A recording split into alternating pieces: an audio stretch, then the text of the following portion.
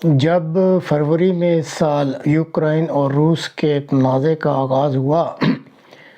تو بھارت کے national T V غالباً انڈیا ٹوڈے کی بھاری بھرکم ٹیمیں جو ہیں وہ میدان عمل یا میدان جنگ میں اس قضیے یا اس تنازع کو کور دینے کے لیے پہنچی تھی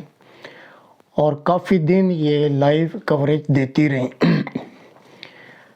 اب جو عام لوگ ہیں انہوں نے سمجھا کہ غالباً انڈیا اور یوکرائن کی کوئی بہت بڑی دوستی ہے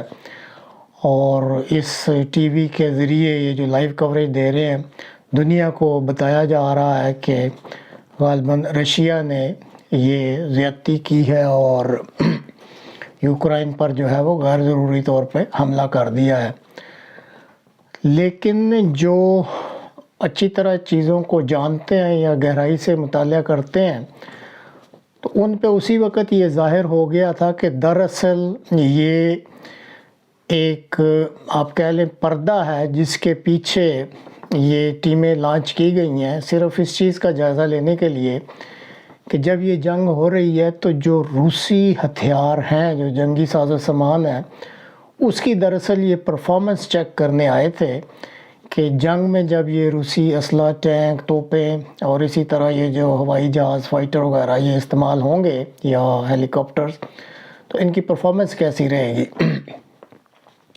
تو اس کے لیے یہ کافی عرصہ وہاں موجود رہے اور کیوں انہوں نے یہ چیک کرنا تھا کہ جن کو نہیں علم ان کے علم کے لیے یہ ضروری ہے بتانا کہ جو اس وقت انڈیا کے پاس جنگی ساز و سامان ہے اس کی ایک بہت بڑی تعداد جو ہے وہ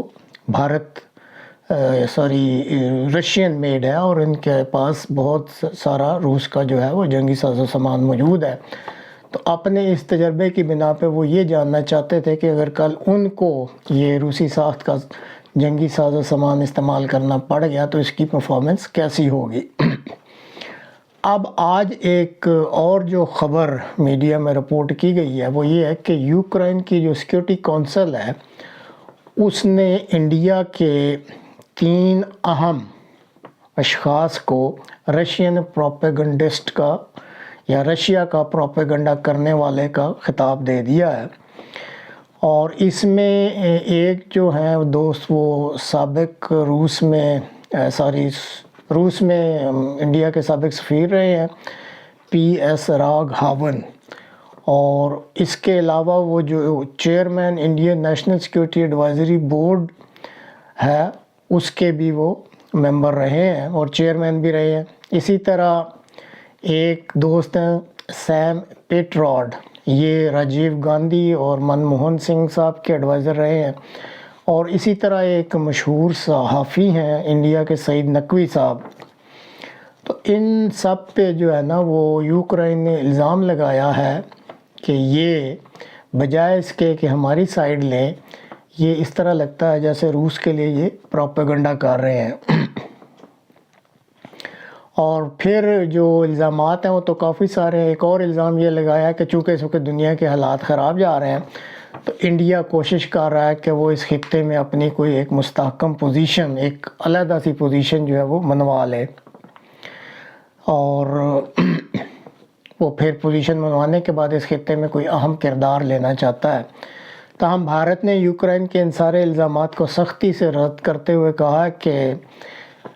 انڈیا جو ہے وہ اس خطے میں اپنے اسٹریٹجک مفادات کو مد نظر رکھتے ہوئے اپنی جو ہے وہ خارجہ پالیسی بناتا ہے اور اسی کے مطابق وہ عمل کرتا ہے اور وہ نہ تو امریکہ کی سنتا ہے نہ روس کی سنتا ہے نہ چائنا کی اور نہ ہی وہ یوکرائن کی سنے گا۔ اور اسی طرح انڈیا نے سفارتی سطح پر یوکرائن کو بڑے سخت الفاظ میں خبردار کیا ہے کہ بہتر ہے کہ یوکرائن اپنی حدود میں رہے اور یوکرائن کی حکومت کو انڈیا کے بارے میں انڈیا کی خارجہ پالیسی کے بارے میں یا سفارتی سرگرمیوں کے بارے میں کسی قسم کا تبصرہ کرنے کی ضرورت نہیں ہے۔ اور ساتھ ہی آخر میں ایک بات اور لکھ دی ہے کہ انڈیا کو اچھی طرح پتہ ہے کہ اس وقت یوکرائن جو ہے وہ امریکہ کی پروکسی جنگ یعنی امریکہ کے لیے وہ ایک جنگ لڑ رہا ہے اپنے علاقے میں اور اس لیے اس کو ان چیزوں کا دھیان رکھنا چاہیے کہ کسی دوسرے ملک کے بارے میں کسی قسم کا تبصرہ نہ کرے۔ اب یہ جو ایک مخاصمت یا کہہ لیں دشمنی کا جو آغاز ہے، دیکھتے ہیں آئندہ دنوں میں اس کا کیا ریئیکشن ہوتا ہے۔ اسی طرح روس سے متعلق ایک اور جو آج خبر رپورٹ کی گئی ہے وہ یہ ہے کہ روس نے گراؤنڈ بیسڈ ایک لیزر پروجیکٹ جو ہے وہ تکمیل کے تقریباً آخری مراحل تک پہنچا دیا ہے،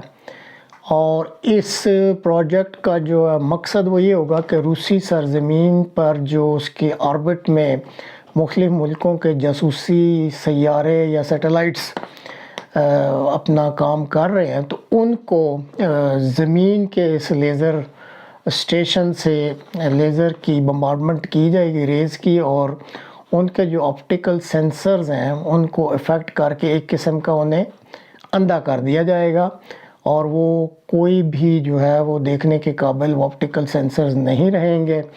اور اس طرح جو یہ جاسوسی کی جاتی ہے رشیا کی وہ ہونی بند ہو جائے گی۔ یہ کافی ملک کوشش کر رہے تھے، لیکن ابھی تک کسی بھی ملک کی طرف سے یہ دعویٰ نہیں کیا گیا کہ انہوں نے اس ٹیکنیک میں کامیابی حاصل کر لی ہے، لیکن آج روس کی طرف سے یہ بہرحال اعلان آیا کہ وہ بڑی حد تک اس میں کامیاب ہو گئے ہیں، اور اگر یہ واقعی فیلڈ میں آ کے اور کام کرنا شروع کر دیتا ہے تو کہہ سکیں گے کہ لیزر ٹیکنالوجی میں یہ بہت بڑا بریک تھرو ہے جو کہ روس نے حاصل کیا ہے۔ پاکستان سے متعلق ایک انٹرنیشنل میڈیا میں بڑی دلچسپ رپورٹ جو آج چھپی ہے وہ یہ ہے کہ پاکستان کی Tehreek Insaf P T I Imran Khan صاحب کی جو پارٹی ہے، حیران کن حد تک ممبرشپ کی تعداد کے لحاظ سے یہ دنیا میں 6 نمبر پہ آئی ہے۔ میں نے بھی خود جب یہ خبر پڑھی تو میں بھی کافی حیران ہوا کہ بڑے بڑے جو ممالک ہیں جمہوریت کے، امریکہ، برطانیہ یا انڈیا وغیرہ بھی، تو ان میں بھی اتنی تھوڑی مدت والی پارٹی کی اتنی بڑی ممبرشپ کبھی دیکھنے میں نہیں آئی۔ اور اب پاکستان کی جو دوسری پارٹی مثلاً پاکستان مسلم لیگ نون ہے یا پیپلز پارٹی ہے، تو وہ پہلے 100 نمبروں میں بھی نہیں ہے، ان کی اتنی کم ہے ممبرشپ۔ بہرحال جنہوں نے بھی یہ محنت کی، اور عمران خان صاحب اس بات کے جو ہے وہ مبارکباد کے مستحق ہیں، اور ان کے رفقاء کار بھی جنہوں نے یہ رجسٹریشن کا کام کیا اور اتنی بڑی جو ہے وہ ممبرشپ بنائی۔ اسی طرح آج جو بین الاقوامی میڈیا اس میں بھی پاکستانی قوم کے اور عمران خان اور ان کے جو کولیگز ہیں ان کی بہت زیادہ تعریف کی گئی ہے کہ اس قوم میں ایک تبدیلی نظر آ رہی ہے، اور جب ان کو ایک اچھا لیڈر ملا ہے تو ان میں خودداری اور عزت نفس کا جو جذبہ جاگا ہے اور وہ اپنے لیڈر کے پیچھے کھڑے ہو گئے ہیں، تو اس سے انٹرنیشنل میڈیا میں بھی تبصرہ کرنے والوں نے کہا ہے کہ لگتا ہے کہ آئندہ کچھ عرصے میں پاکستانی قوم ایک نئی قوم کے طور پر ابھرے گی، اور یہاں سے واقعی کرپشن اور یہ جو مافیا قسم کے لوگ اس ملک پہ حکمرانی کرتے رہے ہیں ان سب کا خاتمہ ہو جائے گا۔ لیکن انہوں نے بہرحال یہ شرط ضرور لگائی ہے کہ کسی قوم میں تبدیلی کے لیے وہاں مستقل مزاجی اس کی ضرورت ہوتی ہے، اور اسی طرح لیڈر کو بھی میدان میں ڈٹ جانا پڑتا ہے اور قوم کو اس لیڈر کی سپورٹ کرنی پڑتی ہے۔ تو پاکستانی قوم کو یہ ذہن میں رکھنا چاہیے کہ اگر تو وہ واقعی چاہتے ہیں کہ ان کا ملک جو ہے اب وہ ترقی کرے اور ایک بہتر تصور اور امیج کے ساتھ دنیا میں جانا پہچانا چاہے، تو ان کو پھر مستقل مزاجی کے ساتھ جو ان کو اللہ تعالیٰ نے یہ ایک لیڈر دیا ہے جو کہ دیانتدار ہے اور اس پہ کرپشن کا کوئی الزام نہیں ہے، تو اس کے پیچھے کھڑے رہیں اور اس کی سپورٹ کرتے رہیں۔ تو امید کی جاتی ہے، جیسے انٹرنیشنل میڈیا نے بھی امید کیا کہ جلد ہی پاکستان کا ایک نیا تصور، نیا امیج جو ہے وہ ابھر کر آئے گا۔